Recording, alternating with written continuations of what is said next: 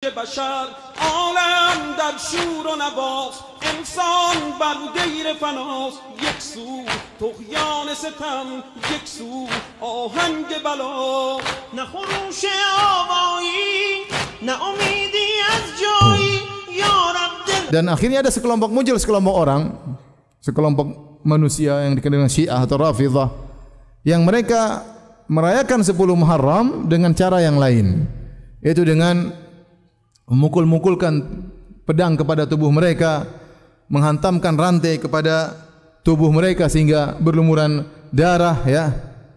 Kalau ditanya kenapa kami merayakan kematian siapa? Al-Husain. Bagaimana yang dirasakan oleh Husain dan keluarganya tatkala itu, penderitaan yang mereka rasakan, maka kami ingin merasakan sebagian penderitaan mereka. Sebagian mereka ada yang tidak mau minum karena mereka mengatakan Husain meninggal dalam kondisi kehausan. Kita ingin tahu bagaimana rasanya kehausan tatkala badan berlumuran darah dalam kondisi apa? Haus. Sehingga mereka melakukan hal demikian. Bahkan mereka sudah melatih anak-anak mereka sejak kecil sudah diajarin demikian. Sehingga diambil pisau atau pedang sedikit-sedikit di kepala sang anak agar darah kemudian dilumur-lumurkan, ya. Ini itu mereka lakukan. Inilah kebiasaan orang-orang Syiah. Dan ini adalah kebiasaan yang salah dan ini tradisi yang ngawur. Tradisi yang bertentangan dengan syariat Islam. Kita bilang harusnya tanggal 10 syariatnya apa? Puasa. Harusnya puasa sunnah. Bukan melukai diri, bukan menyiksa diri pada hari tersebut. Kemudian apa yang mereka lakukan tersebut, ya, bertentangan dengan hadis-hadis Nabi. Nabi SAW mengajarkan kalau terkena musibah untuk bersabar. Ya.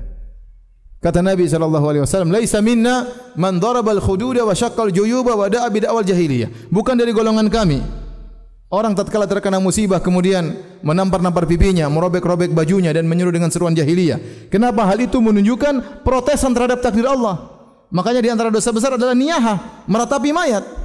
Nabi mengatakan an-naiha illam tatub, sungguhnya wanita yang meratapi mayat kalau tidak bertobat maka akan dipakaikan pakaian dari neraka jahanam. Kenapa? Tatkala dia meratap kepada mayat seakan-akan dia tidak menerima takdir Allah Subhanahu wa taala.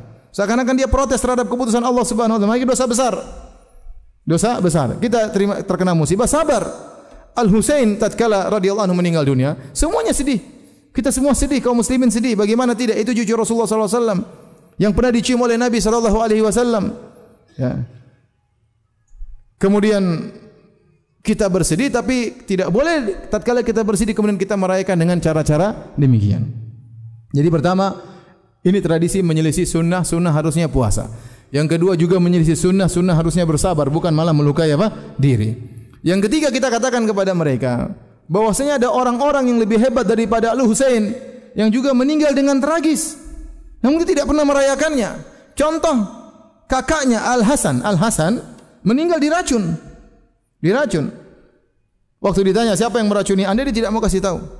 Dia tidak mau kasih tahu, bersabar dengan dia tidak ingin orang membalas apa yang dialami olehnya. Dia tidak mau kasih tahu siapa yang meracuninya. Sehingga dia diracun dan meninggal dunia, ya. Apakah kita merayakan hari kematian Hasan dengan ambil racun sedikit kita makan? Tentunya enggak. Biar tahu bagaimana rasanya racun. Ada yang lebih hebat daripada itu, Ali bin Abi Thalib, bapak mereka berdua, yang lebih afdal daripada Hasan dan Husain dengan ijma' ulama. Yang kata Nabi SAW, Abu Bakar fil jannah, Umar fil jannah, Uthman fil jannah, Ali fil jannah. Abu Bakar di surga, Umar di surga, Uthman di surga, Ali di surga. Yang kata Nabi SAW, Rajulan yuhibbullah wa rasulahu wa yuhibbuhullah wa rasuluh. Seorang lelaki, yaitu Ali bin Abi Thalib, yang mencintai Allah dan Rasulnya dan dicintai oleh Allah dan dicintai oleh Rasulnya. Predikat yang luar biasa. Ali bin Abi Thalib, yang terkenal dengan keberaniannya. Kemudian dia meninggal gimana? Ditikam kepalanya oleh siapa? Abdurrahman bin Muljim. Ya. Taib, apakah kita merayakan hari kematian Ali juga dengan menikam-nikam kepala? Tentunya tidak. Ya.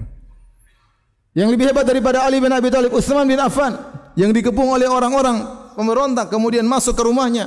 Sementara dia baca Al-Quran, ditikam sampai darah mengalir di Al-Quran yang dia baca. Juga meninggal dalam kondisi apa? Mati syahid. Ya. Yang lebih hebat daripada Utsman, Umar bin Khattab radhiyallahu anhu, yang kemudian tatkala sedang salat subuh ditikam oleh Abu Lu'lu' al-Majusi. Sedang salat meninggal di mihrab Nabi sallallahu alaihi wasallam, sedang salat jadi imam, ditikam. Apakah kemudian kita nusuk-nusuk perut kita tatkala merayakan hari kematian Umar? Lebih hebat daripada itu Rasulullah sallallahu alaihi wasallam yang meninggal dengan diracun. Bukankah Rasulullah SAW dikasih racun tatkala perang Khaybar tahun 7 Hijriah? Ada seorang wanita Yahudi kasih hadiah kepada Nabi makanan. Nabi makan ternyata ada racunnya. Sahabat sempat makan.